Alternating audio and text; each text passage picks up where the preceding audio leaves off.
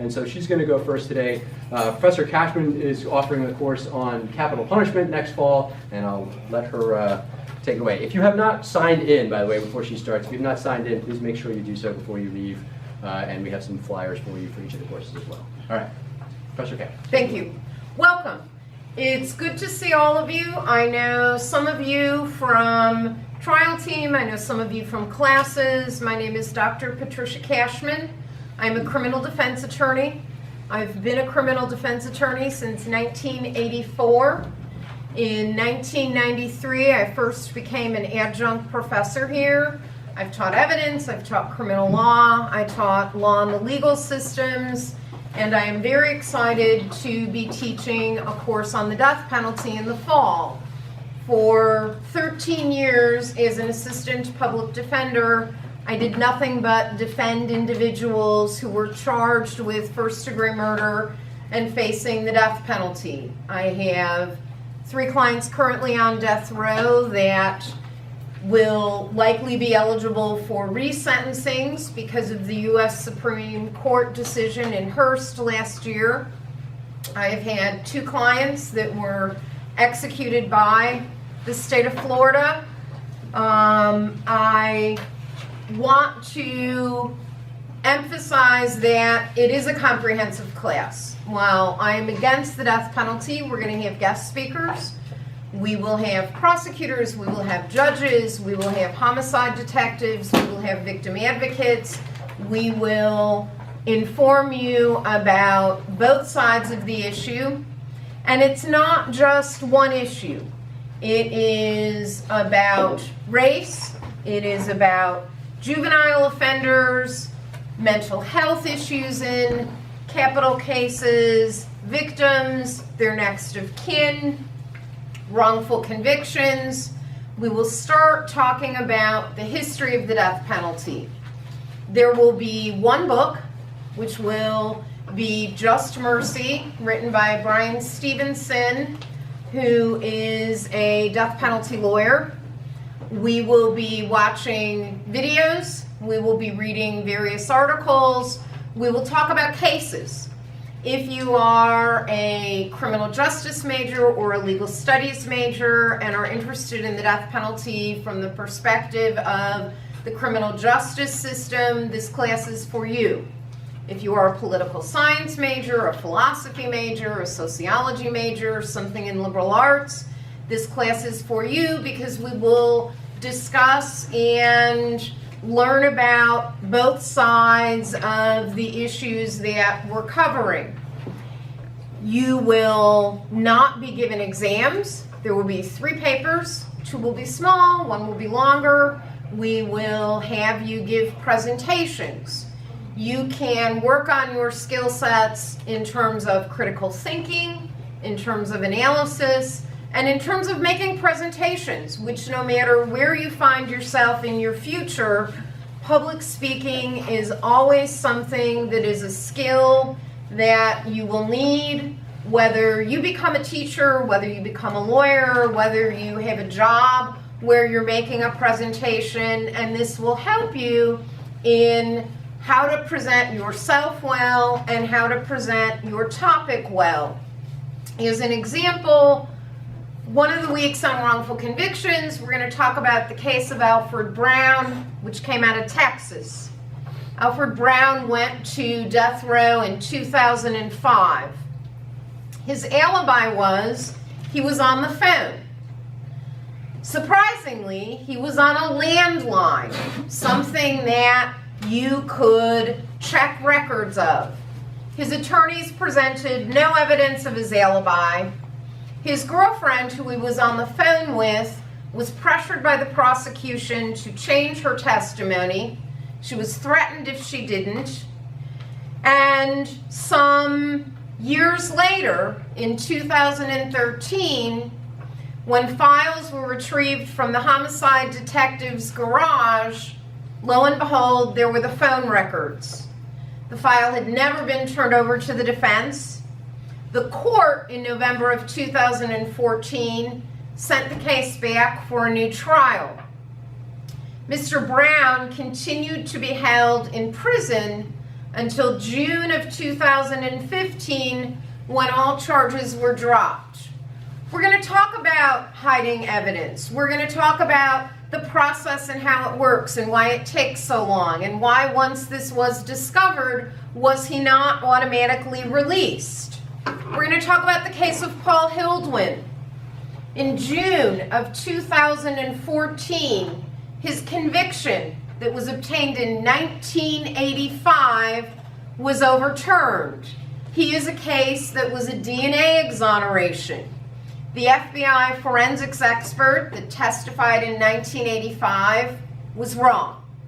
He was exonerated. He was released in June of 2014. I am happy to take any questions.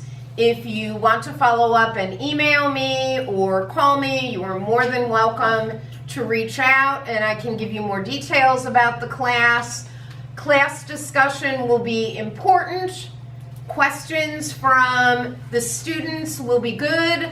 I think that the students can all learn from each other. I can learn from them, and you can learn from me on this topic. It's very timely given that our U.S. Supreme Court last year decided the case of Hurst.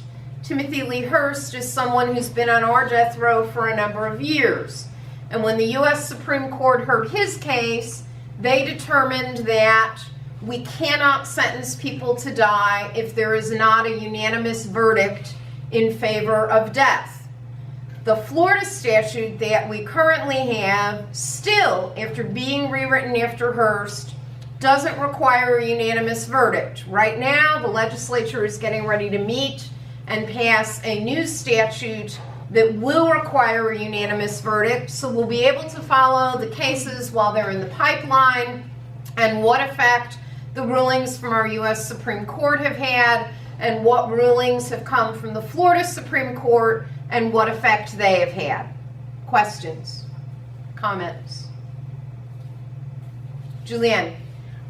Will we be discussing, I know a big series on Netflix right now is Making a Murderer, and that's a huge case. It is a huge case. We will probably not cover it as part of the syllabus because Mr. Avery was not sentenced to die and neither was Brandon Dassey, but we will discuss a lot of the issues that come up in Making a Murderer. Issues of false confessions and law enforcement coercing a confession out of Brandon Dassey. We will discuss defense attorneys who provided ineffective assistance of counsel, as did Brandon Dassey's attorney.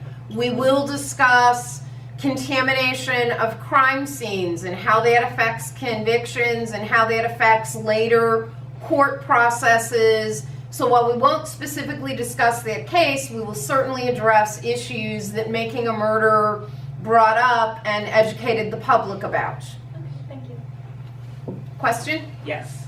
As a prior student of yours, I know when I took evidence with you, you were thinking about organizing this class together. You had mentioned back then that maybe there was going to be a technological element to it.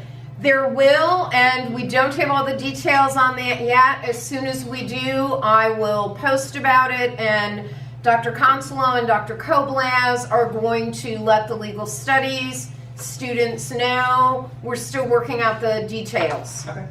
We can tell you that the class is scheduled to be a mixed mode class, so that does mean that a portion of the class will be conducted through web courses. Any other questions? Dr. Consolo? You had mentioned the fact that you were planning or hopefully planning on having some guest speakers. Without giving away your surprises, can you just tell us what type of guest speakers, maybe from what careers, those types of things? I have 2 assistant state attorneys who have tried death cases and gotten death verdicts and death sentences imposed scheduled to come. I have a homicide detective who has investigated cases and was actually the investigator on the Jennifer Kersey case, which has still not been solved, who investigates cases where the state is going to seek the death penalty and works with the families. I have a victim advocate who worked at the state attorney's office and was the victim advocate on death penalty cases. the current head of Regional Conflict Council, who takes cases where there are conflicts for the Public Defender's Office, has agreed to come and speak. I have 2 of our local circuit judges, one of whom tried death penalty cases when he was a lawyer and is now on the bench, is coming to speak. Another judge who was a civil lawyer who has sentenced someone to die and can talk about what it was like having to preside over her first death penalty case.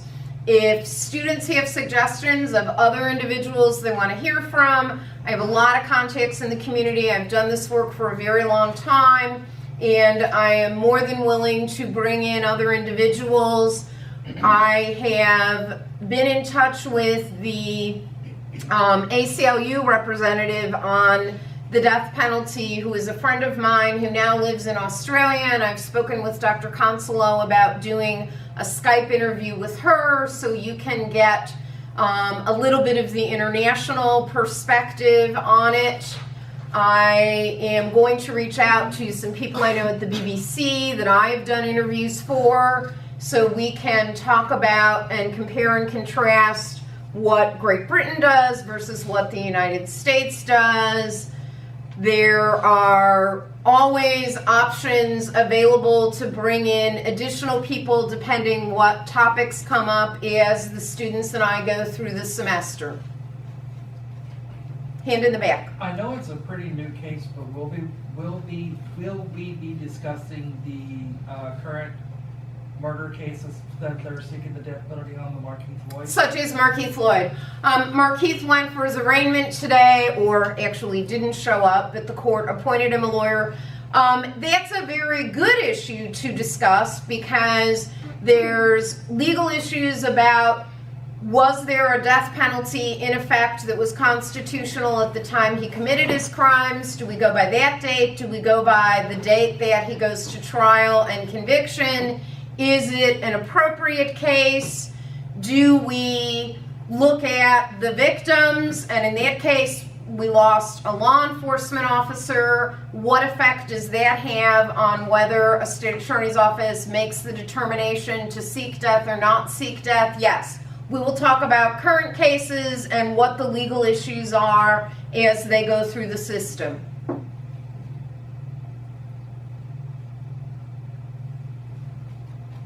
Yes. I don't know if you answered this already or not, but is it confirmed yet what time during the week it would be meeting?